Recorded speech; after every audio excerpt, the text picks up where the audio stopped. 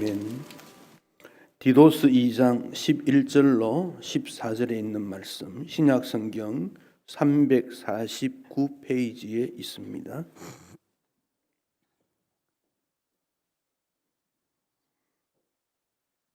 디도스 2장 11절로 14절 함께 말씀의 뜻을 생각하시며 받들어 읽겠습니다. 모든 사람에게 구원을 주시는 하나님의 은혜가 나타나 우리를 양육하시되 경건하지 않은 것과 이 세상 정욕을 다 버리고 신중함과 의로움과 경건함으로 이 세상에 살고 복스러운 소망과 우리의 크신 하나님 구주 예수 그리스도의 영광이 나타나심을 기다리게 하셨으니 그가 우리를 대신하여 자신을 주심은 모든 불법에서 우리를 속량하시고 우리를 깨끗하게 하사 선한 일을 열심히 하는 자기 백성이 되게 하려 하심이라. 아멘. 예수님이 이 땅에 오신 성탄의 기다리는 기간을 대림절 그런 말을 사용합니다. 그 대림 기간이 한 4주 정도 됩니다. 그래서 12월 첫째 주부터 예수님 오심을 기다립니다. 성탄절이 오게 되지요. 예수님 오신, 우리는 성탄절을 하면 그 하루를 말할 수 있는데 성탄 기간 그러면 그 앞뒤를 포함합니다. 그래서 그 날짜가 논쟁이 될 때는 성탄 주간 이렇게 표현하는 것이 좋기도 좋습니다. 그리고는 예수님이 십자가에 죽으시고 부활하신 부활절이 나오지요. 그 부활절도 그 기간 자체를 고난과 부활의 주간 이렇게 표현하자 그럽니다. 딱 하루만 기념하는 것이 아니라 그 앞뒤를 다 기념하는 것이니까. 그 후에 성령 강림이 있습니다. 그리고 추수감사가 있습니다. 그렇게 1년이 이렇게 교회 안에서는 윤번으로 돌아가게 됩니다. 매년 새해를 시작하면 우리는 꿈을 가지게 됩니다. 올해는 이렇게 살 거야. 연초에는 이상주의자가 됩니다. 나는 이렇게 살 거야. 한 6개월쯤 지나면 현실주의자가 됩니다. 안 되는구나. 이렇게 해야 되겠구나. 그러다가 연말이 되면 허무주의자가 됩니다.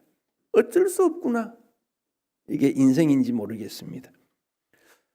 세상 사람들은 그렇게 말하지만 우리는 하나님 중심으로 시작도 과정도 결과도, 이게 칼빈이 그렇게 주장하고 성경에서 그렇게 말하고, 그래서 우리는 하나님 중심적 신앙생활이다 그렇게 말합니다. 내 인생의 시작도 하나님이요 마침도 하나님이다. 그 하나님으로 말미암은 것이다. 바울이 로마서 11장 36절에서 하나님으로부터 주로부터 말미암았다. 주께로 돌아가는 거다. 하나님 중심이다. 조금 부드럽게 말하면 교회 중심이다. 말씀 중심이다. 이걸 놓치지 않아야 됩니다. 그러면 내 인생이 어떤 과정에도 문제가 되지 않습니다. 하나님 중심으로 살았는가를 생각하게 됩니다. 올해도 슬프고 아픈 충격적인 사건들이 많이 있었습니다. 앞으로도 무슨 일이 있을지 알지 못하지만, 그래서 세상 사람들은 한 해를 보내면 한문으로 이런 표현들을 합니다. 다사다난이다. 여러 가지 일도 많고 어려움도 많았다. 우왕좌왕이다. 결단력 없이 이랬다 저랬다 방황하는 겁니다. 점입가경이다. 점입가경이라는 말은 산에 갔을 때 갈수록 산이 경치가 아름답고 멋지다 이런 뜻인데, 지금은 어떤 일의 상황이 갈수록 잘 모르겠다 이렇게도 사용됩니다. 이전투구다. 진흙밭에서 개가 싸우는 겁니다. 그 명분 없이 싸우는 것, 그런 말을 하기도 합니다. 지리멸렬이다. 이리저리 흩어져서 갈피를 잡을 수 없는 것, 즉 지도자가 백성들을 함부로 대하거나 농사하는 사람이 제대로 농사하지 아니하고 그래서 열매도 제대로 얻지 못하는 이런 것들을 지리멸렬이라고 말하고, 불교에서는 아수라장이라는 말도 씁니다. 이 아수라라는 것은 불교에 나오는 악신입니다. 얼굴이 3개고 팔이 6개인데 늘 분란과 불신과 싸움을 일으키는, 거기에 대해서 제석천이라고 하는 선한 신이 싸워 이긴다. 즉 분열과 시기, 굶주림과 파멸이, 혼돈함이 이 땅에 가득 차다, 이런 뜻입니다. 언제나 그렇습니다. 언제나 인간의 모습이 참으로 안타깝습니다. 인생이 가야 될 길이 있지만 가지 말아야 될 길도 있기 때문에 그렇습니다. 우리는 다시 한번 하나님 앞에 인간다운가, 그리스도인다운가, 직분자다운가, 하나님께 영광이 되었는가, 이런 점들을 다시 한번 살펴보아야 합니다. 오늘 본문에 보면 모든 사람에게 구원을 주시는 하나님의 은혜를 통해서 우리가 살아가고 있다. 즉 예수 믿는 사람의 특징은 하나님의 은혜다. 그 점을 강조하고 있습니다. 하나님의 은혜다. 하나님의 은혜 받은 사람은 몇 가지 특징이 있습니다. 첫째는 내 마음에 주 하나님이 계십니다. 주 하나님이 계십니다. 확신하십니까? 주 하나님이 계십니다. 하나님이 계신다는 것을 인정하는 사람과 하나님이 계신다는 것을 인정하지 않는 사람은 완전히 다릅니다. 우리 사람의 몸이, 육체가 세포로 다 이루어졌다 그러지요. 좋은 세포는 문제가 없는데 좋지 않는 세포도 우리 몸에 있습니다. 암세포가 다 부분적으로 조금씩 있다고 하지 않습니까? 암세포가 있다고 해서 암 환자다, 그런 말은 하지 않습니다. 이 암세포가 확산이 되어져서 지배를 받을 때, 암의 고통을 받을 때 암 환자라 그러지요. 우리에게 조금 불신적이고 두려워하고 비신앙적 요소가 있지만은 주님이 나와 함께 하신다고 하는 큰 맥락에서는 부인할 수가 없어요. 나는 주님의 백성이다. 사랑받는다. 그 점을 말하고 있지 않습니까? 내 마음에 하나님이 계신다. 그 주님이 나를 인도해 주신다. 이게 우리의 신앙의 고백이고 은혜 받는 사람의 모습입니다. 이걸 놓치면 안 됩니다. 연말이 되면 허무해지고 내 인생이 왜 그럴까 생각할 때, 아니야, 나에게는 주 하나님이 내 마음에 계시는 거야. 예배 드리고 싶고 기도하고 싶고 사랑하고 싶고 전도하고 싶고 내 마음에 주님이 계시기 때문에 그렇습니다. 주의 은혜 가운데 내가 죄인인 것을 알게 됩니다. 우리의 삶을 돌아보면 잘못한 일을 반복적으로 하는 경우도 있습니다. 그렇지만은 그 순간을 뉘우치게 되는 것은 이 주의 은혜입니다. 내가 늘 옳다고 주장하고 내 목소리를 높였지만, 아하, 나도 연약한 존재이구나. 내가 제일 잘난 게 아니고 내 생각이 가장 옳은 것이 아니고, 그럼에도 불구하고 유연성을 가지고 함부로 말하는 것, 정죄하는 것을 조심해야 되겠구나. 내가 죄인이구나를 알게 되는 것. 이게 주의 은혜 받은 사람의 모습이에요. 주의 은혜를 받은 사람은 이 세상이 전부가 아니다 하는 것을 알게 됩니다. 참 자유라는 것은 이 세상으로부터 벗어나는 겁니다. 진리에 거한다, 그리 말씀을 했습니다. 예루살렘 교회의 서대반 집사는 그 죽는 모습을 우리에게 보여주면서 참 자유인이 어떠한가를 보여줍니다. 죽으면서 용서를 말하고 주님의 영광을 말하고, 여러분 그 죽음이 얼마나 복된 죽음인지 몰라요. 그 이유가 무엇입니까? 이 세상이 전부가 아니라는 거예요. 세상이 전부라면 억울하게 죽을 때 억울하게 죽을 수 있겠습니까? 상대방을 좀 물러 떨어뜨리든지 어떤 방법을 해야 되는데, 스데반은 주여 저들을 용서해 주십시오. 초월해 버립니다. 왜? 이 세상 끝이 아니기 때문에. 어떤 그리스도인이 복음을 받아들이고 그 나라가 예수 믿는 것을 반대하는 그런 법이 있었으니까 숨어서 신앙생활 하다가 붙잡혔습니다. 사형 집행, 순교를 당하게 됩니다. 그날 비가 많이 왔고 땅이 질퍽거리고 간수가 이 사람을 데리고 가면서 미안한 마음이 들었습니다. 이보시오, 내가 도울 수도 없고 당신 죽는 날 날씨도 이러니 참 안 됐소. 그러니 그 순교자가 말합니다. 나는 내 믿음 때문에 이렇게 되었지만 당신은 나 때문에 고생하니까 더 안 됐소. 나는 이거 한 번만 가면 되지만 당신은 돌아가야 되니까 더 안 됐소. 여러분, 예수 믿는 것은요, 우리로 하여금 자유하게 합니다. 그러니까 지난날 내 살아왔던 과정 속에 일어났던 허물, 문제점 이런 거 그냥 내려놓으세요. 그런 것 때문에 내가 오늘 있게 만든 거예요. 거기에 매이지 말라는 거예요. 과거에 자꾸 매달려 가지고 그때 잘못했는데 이거 어떻게 했? 그거 아무 소용이 없습니다. 앞으로 올 세계에 참 자유의 나라를 바라보면서 성숙한 믿음으로 서게 됩니다. 나의 많아짐이 슬픔이 아니고 새하늘과 새 땅에 대한 기대감을 가질 수 있는 일이고 새로운 시작을 바라보는 그 믿음이 구원받은 자의 모습입니다. 한때 부자였고 한때 잘했고 아무런 소용이 없습니다.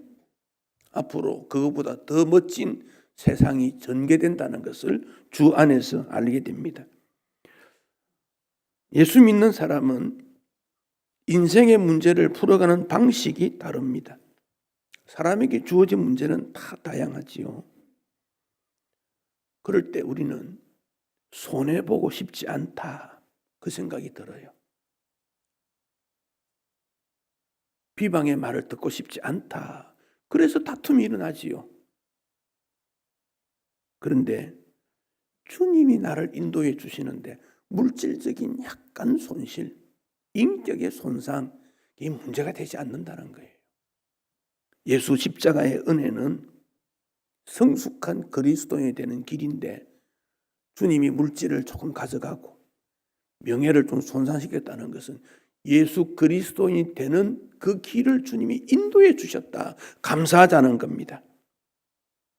손해보았던 것 내려놓고 내 권리 주장도 내려놓고 특권도 내려놓고 예수님의 십자가는 나누고 섬기는 그 길에 섰다는 것이 예수 믿는 사람의 모습입니다. 세상 사람들이 예수 믿는 사람 왜 그래? 무슨 말입니까?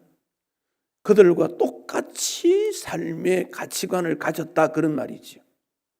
십자가 정신으로 그런 일이 있을 때 양보해 준다는 거죠. 양보해 준다.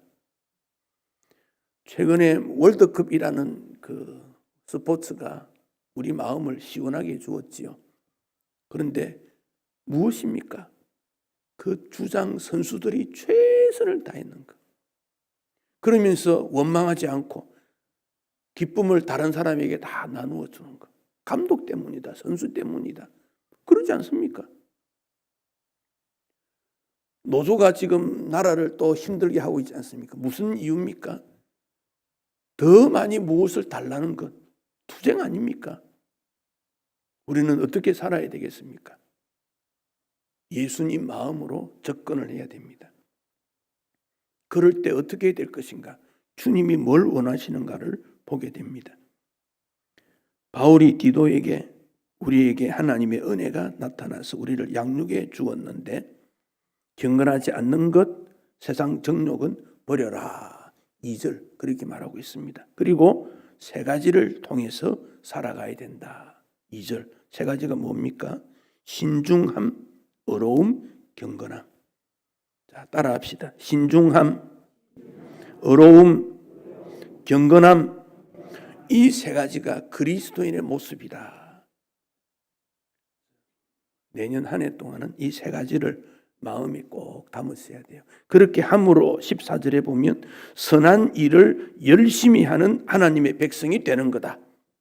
우리가 오늘 예수 믿는 이유가 뭡니까? 하나님 백성 되는 거 아닙니까? 그러려면 신중함, 어려움, 경건함을 추구해야 되는 거지요. 자, 신중함은 뭔가? 분별력입니다. 분별력. 자제력입니다. 침착한 마음입니다. 영어로는 셀프 컨트롤, 절제, 자제, 또 다른 성경 번역에는 근신하는 마음, 이렇게 표현을 했습니다. 사람들이, 인간이 겪는 불행의 원인은 자기 감정이나 욕망을 조절하지 못하기 때문이라 하는 것이지요. 분노 조절 장애 이런 게 있다 그러지 않습니까? 어느 항공회사 부사장이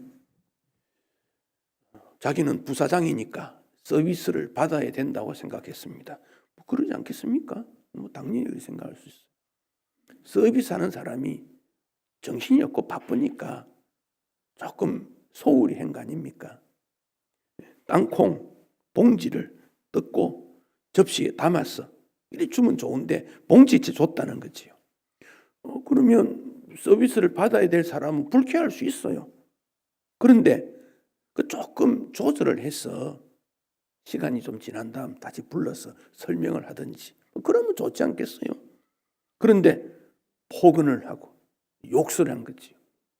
폭행하고 사무장을 비행기에서 내려라 그러고 거기 있는 사람들을 전혀 배려하지 않았던 일이 있었지요.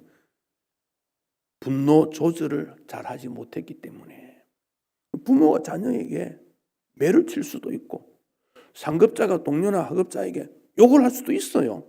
그럴 때 신중함이 있어야 된다. 예수의 마음이 되어야 된다. 그런 말씀입니다. 충동 구매, 탐심, 음식을 마음대로는 탐욕, 성적 욕망, 이 모든 일이 신중함의 부족이다 하는 것이죠. 조금만 더 생각하면 되는데. 잠언 16장 32절 노하기를 더디하는 자는 용사보다 낫다. 화내는 것은 쫄병 같다 그 말이죠. 자기 마음을 다스리는 자는 성을 빼앗는 것보다 낫다. 사람의 마음이 성보다 더 귀한 거지요. 신중함. 위대한 믿음의 사람은 자기를 이기는 사람이지요. 바울이 고린도 교회에 말했습니다. 내가 내 몸을 쳐서 복종시킨다. 그 이유는 복음을 전한 다음에 내가 버림받으면 어떻게 하겠느냐. 주를 위해 섬기고 직장에 일을 하고 열심히 살았는데 내가 주님으로부터 떠나서 버림받아 지옥 가면 아무것도 아니지 않습니까? 그러니 그럴수록 더 긴장된 마음으로 조심해야 된다. 그런 말씀입니다. 성령께서 우리를 인도하시면서 신중한 태도를 갖게 하신다. 그렇다고 미소도 잃어버리고 즐거움도 잃어버리고 그런 건 아니에요. 주님 앞에 자신을 돌아보며 성숙한 인격이 되는 거지요. 12월은 이 근신하는 계절입니다. 말씀과 기도 속에 한 해는 어떻는가 돌아보고 새해는 어떻게 해야 되겠는가 신중함의 계절이지요. 두 번째가 어려움이라 그랬습니다. 어려움이라는 말은 올바르다, 옳다 그만 옳다. 특별히 관계가 좋다 그런 말이에요. 아브라함이 하나님 앞에서 자녀가 없었을 때 너 자녀 많아질 거야. 별처럼 모래알처럼 많아질 거야. 아브라함이 믿었다 그랬지요. 아브라함이 하나님을 믿었더니 하나님이 아브라함을 어렵다고 해 주었다. 하나님을 믿는 그 질서, 그걸 의약합니다. 그 불의는 뭡니까? 하나님과 바른 관계가 깨뜨려졌다. 어떤 관계입니까? 하나님을 믿지 않았다. 불의입니다. 어려운 그는 성실하게 삽니다. 불의한 자는 불성실하게 삽니다. 불의나 불성실은 다 죄입니다. 어려움이라는 겁니다. 어느 집에 불이 났습니다. 사람들이 야단났습니다. 소방차가 막 달려왔습니다. 바람이 붑니다. 두렵습니다. 소방관이 말합니다. 어느 집부터 불을 끌까요? 해답이 이렇습니다. 돈 준 집부터 불 꺼준다. 정의롭지 못한 사회지요. 화재가 일어났으면 어떤 방법이든지 책임을 다해서 화재를 진압시키는 것이 소방관의 모습입니다. 그리스도인은 세상의 모든 문제를 책임지고 십자가 정신으로 문제가 더 이상 일어나지 않도록 서로 격려하고 문제가 해결되도록, 그가 그리스도인입니다. 문제를 더 크게 만들고 나에게 유익된 방향으로 이용하는 것 어렵지 못합니다. 직장도 마찬가지입니다. 아모스 선지자에게 말했습니다. 정의를 물같이 공의를 강같이 흐르게 해라. 정의로운 사회가 되어야 된다. 하나님 앞에 발라야 된다는 겁니다. 어떤 기업체 사장이 모범 경영인 상을 받았습니다. 최우수 상이 아닙니다. 모범 경영인입니다. 기자가 물었습니다. 어떻게 당신이 모범적으로 회사를 운영했나요? 예, 아버지로부터 배웠습니다. 내가 10살 때 아빠와 함께 낚시하러 간 적이 있습니다. 그 낚시하러 간 곳에는 물고기가 잡지 말아야 될 게 있고 잡아야 될 게 있는데 낚시를 하는데 그날 밤이었는데 낚시를 했더니 농어라는 종류의 물고기가 잡혔는데 이 농어는 그 다음 날부터 잡아야 되는 거예요. 근데 밤 늦은 시간 10시쯤이 되니까 한 2시간만 지나면 그 다음 되는 거지요. 아빠가 말합니다. 예, 풀어줘야 돼. 아빠, 낚시 잡고 2시간 기다렸다가 시간 바뀌면 되잖아요. 안 돼, 풀어줘야 돼. 아빠의 정색을 하며 풀어주라는 단호한 말에 아들은 그 물고기를 풀어줍니다. 그 아이는 그날 체험을 통해서 질서를 지키는 게 뭔가, 어렵다는 것이 뭔가 배웠다 그럽니다. 그러니까 그의 삶이 모범적이 되고 회사도 그렇게 경영하게 된 것이지요. 교회 생활은 그런 모범적 삶이 실제적으로 이루어지는 현장이 되어야 됩니다. 황수관 박사 신바람 건강하게 이런 대목이 나옵니다. 건강하기 위해서 음식을 먹는데 깨끗한 돈으로 마련된 음식 먹어야 됩니다. 노름하거나 도둑질한 돈으로 진수성찬을 먹는 것은 독입니다. 독. 김치 한 포기, 밥 한 공기 먹더라도 정직하고 어려운 돈이면 약입니다. 어떤 음식이 좋은가 보다 중요한 것은 그 음식을 마련한 돈이 정직했는가. 믿음 있는 사람의 건강한이라고 생각합니다. 잠언 10장 9절 바른 길로 행하는 자는 걸음이 편안하려니와 걸음, 인생길을 말하죠. 굽은 길로 행하는 자는 결국 드러나게 된다. 어려운 인생길이 되어야 합니다. 세 번째가 경건이라고 그랬습니다. 경건이라는 말은 하나님을 존경한다 그런 뜻이에요. 두려워한다 그런 뜻입니다. 온 마음을 다해서 하나님을 존경하는 것이 경건한 신앙생활입니다. 장로교의 시작 칼빈은 이렇게 말합니다.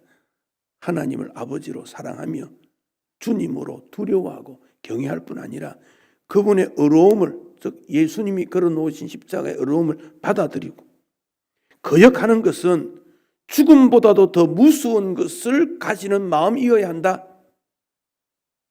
우리의 신앙생활이 하나님 중심이다. 믿음 중심이다. 십자가 중심이다. 그 내용이 무엇입니까? 하나님 아버지를 내가 사랑하고 주님으로 인정하고 그분이 말씀하시는 것 인정하는 거다. 그분이 말씀하신 걸 거역하거나 지키지 않는 건 거역하는 것은 경건이 아니다. 경건함입니다. 경건이란 말은 하나님과 바르다 그런 뜻이에요. 그러면 이웃과도 바르게 되는 것입니다. 우리 사회에 부정직한 방법으로 부자가 되는 것, 주님 기뻐하실까요? 세계 경제가 출렁거리는 이유가 무엇입니까? 인간의 욕심 때문이 아니겠습니까? 가진 자의 욕심 때문에 가지지 못한 자가 더 고통을 받는 사회입니다. 우리는 가졌든지 가지지 않든지 하나님 앞에 경건한 모습으로 살다가 주님 앞에 가면 되는 것이지요.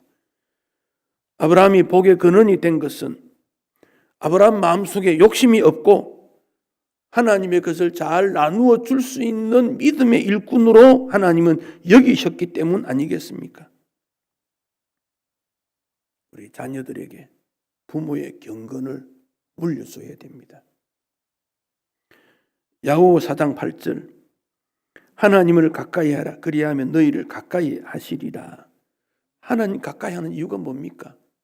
경건한 믿음 생활 때문에 그렇습니다. 하나님 가까이에서 얻어지는 부수적인 것이 아니라 진실로 하나님을 가까이 하고 싶은 그런 마음이어야 하기 때문에 그렇습니다. 지난날의 삶에 이어서 우리는 꾸준히 내년에도 살 것입니다. 무엇에 꾸준함이 있어야 됩니까? 충성스러운 일관성이 필요합니다. 게으른 것을 꾸준히 한다가 꾸준히란 말이 안 맞습니다. 충성과 성실의 지속성을 말하고 있습니다. 우리 주님께서 충성된 종에게는 잔치 자리에 초청했지만 불충성한 죄인에게는 바깥 어두운 데 내어 쫓아서 설피움이 있어라. 불충성한 사람을 뭐라고 합니까? 게으른 자다. 그리 말합니다. 게으른 자. 충성의 반대가 게으름이다. 그렇게 말씀합니다. 열심으로 주를 섬겨야 되고 우리가 맡은 시간, 재능, 달란트를 통해 열매를 맺어야 합니다. 요한 웨슬레가 자신의 경건을 위해서 스스로 7가지 질문을 던지고 있습니다. 종교개혁 시대의 루터, 칼빈, 요한 웨슬레 이 세 사람이 제일 주인공들입니다. 항상 기도하는가? 여러분 스스로 답변해 보십시오. 항상 기도하는가? 매 순간 하나님 앞에 즐거워하는가? 기쁨과 감사로 사는가? 모든 경우에도 감사하는가? 범사에 언제나 그 말씀이죠. 지나친 욕심을 내는 건 없는가? 두려워하는 일은 무엇인가? 하나님의 사랑을 느끼며 사는가? 하나님을 기쁘시게 한다고 자신 있게 말할 수 있는가? 주님 앞에 설 때마다 나 자신에게 물어야 됩니다. 바른 믿음 생활을 하고 있는가? 바르게 사는가? 우리의 인생은 언젠가 끝이 있습니다. 영원하지 않습니다. 그 인생의 끝에 즐거움이 있다면 그는 행복한 자입니다. 마지막이 좋아야 됩니다. 그 손흥민이 잘한 그 얘기 들어보면요. 저 강원도 춘천인가 그런데요. 가난해가지고 잘 먹지 못했대요. 외국에 갔을 때도 한국 음식 먹고 싶어서 인터넷 속에 한국 음식 보고 춤을 꾹 넘겨 그랬대요. 너무 힘들어하니까 아버지가 외국에 자기가 있던 곳에 갔지요. 아버지가 돈이 없어가지고 그 흐름한 숙소에 머물면서 자동차를 구입해서 걸어 다녔대요. 이제 돈을 많이 벌었어요. 그는 그런 꿈을 가지고 자기를 위해 살지 않고 그런 꿈을 가진 후손 젊은이들을 위해 하고 싶다. 그런 생각을 갖고 있대요. 또 그리 하면 좋겠어요. 인생은 끝이 있습니다. 그 과정이 신중함과 어려움과 경건함으로 이 세상에 살면 하나님께서 우리를 통해서 영광을 받지 않겠습니까? 14절 마지막 절에 선한 일을 열심히 하는 하나님의 백성이 되기 위해 우리를 불렀다. 그랬습니다. 선한 일을 하는 열심히 하는 하나님의 백성이 되라는 권면입니다. 지난 날도 그렇게 살아왔어. 하나님 앞에 영광 되심에 저는 감사하고 기뻐합니다. 우리의 남은 생애가 더 선한 일에 열심히 충성해서 하나님의 백성으로 하나님께 인정받고 존귀함 받기를 축복합니다.